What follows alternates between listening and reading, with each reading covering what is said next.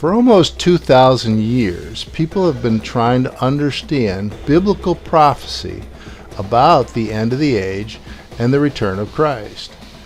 The Bible indicates that the feasts of God, Yahweh's 7 feasts, represent God's appointed times. Actually, the word for feast in Hebrew means appointed times. And we're going to see in this presentation how prophetic are the feasts of God. The 7 biblical feasts are Yahweh's appointed times.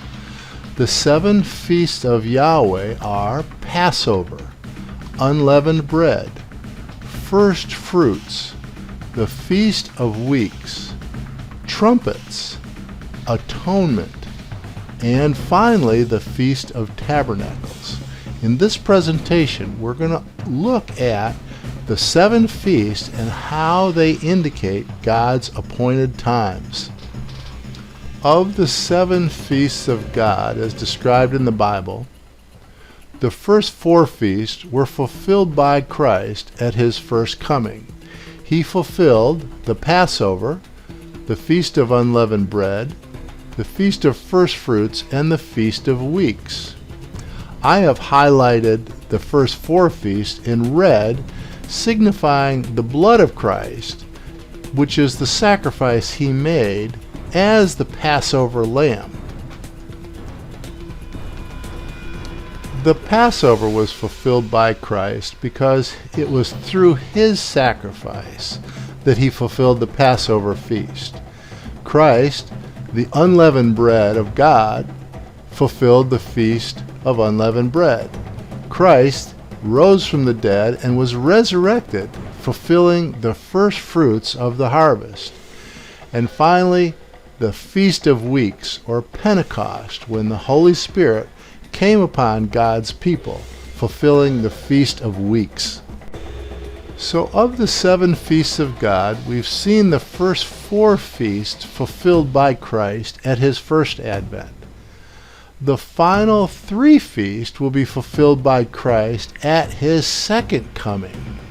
These are the Feast of Trumpets, the Day of Atonement, and the Feast of Tabernacles. I have highlighted these in purple because these indicate royalty. This is the returning king to come and claim his kingdom. Of the 7 feasts of God, Christ will fulfill the final 3 feasts at his second coming, or second advent. It is the Feast of Trumpets that assembles the elect at Christ's appearance. It's at the last trumpet. When it sounds, the dead will be raised, and those of us who are alive and left will be caught up to meet him in the clouds. 10 days later is the Day of Atonement, which completes the atonement process that Christ began on the cross, when he judges his own and rewards the saints, which leads into the final, the greatest and the holiest and the most joyful of all the feasts, the Feast of Tabernacles, which is the wedding supper of the Lamb.